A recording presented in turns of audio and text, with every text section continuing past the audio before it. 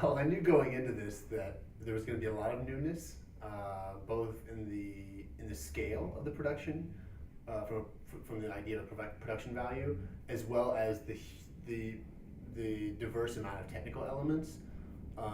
So as far as where I guess where I was as my on my path as a director, I've been working in the storefront scene for the last 5 years, where everything is on a much smaller scale. And even though the last two plays I worked on before this both had puppetry elements to them, it was certainly not anywhere near as big or as involved or as complex as this show was.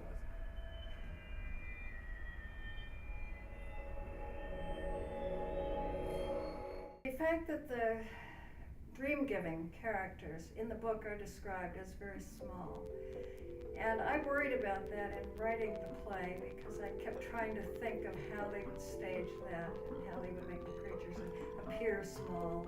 And I went so far as to even writing some instructions for set design where there would be some very large furniture so it would put things in scale.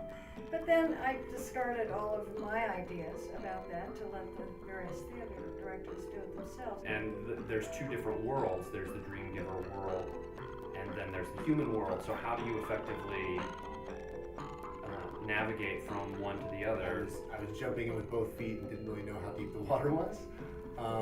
And luckily I had an incredible team of people around me, including Cynthia Von Ortholm, puppet designer, and all of our design staff and production staff who were jumping in the water with me, as it were, and were extremely supportive as we were trying to find our feet.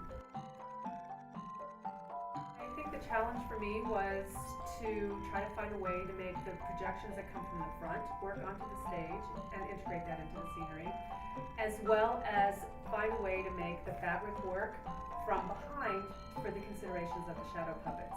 Pictures of fireflies, and again, these beings, you couldn't really tell what they were, but they seem to glow on their own.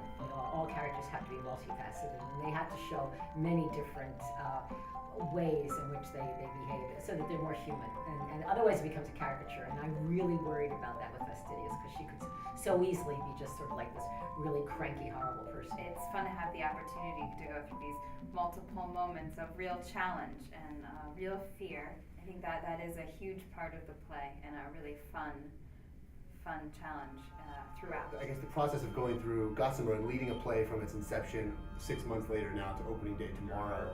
I always want to have a personal connection to it. I always want it to resonate with me. I don't like books with messages or plays with messages. A question of finding the right people. And yet, one does hope the watcher or the reader will become connected to the character.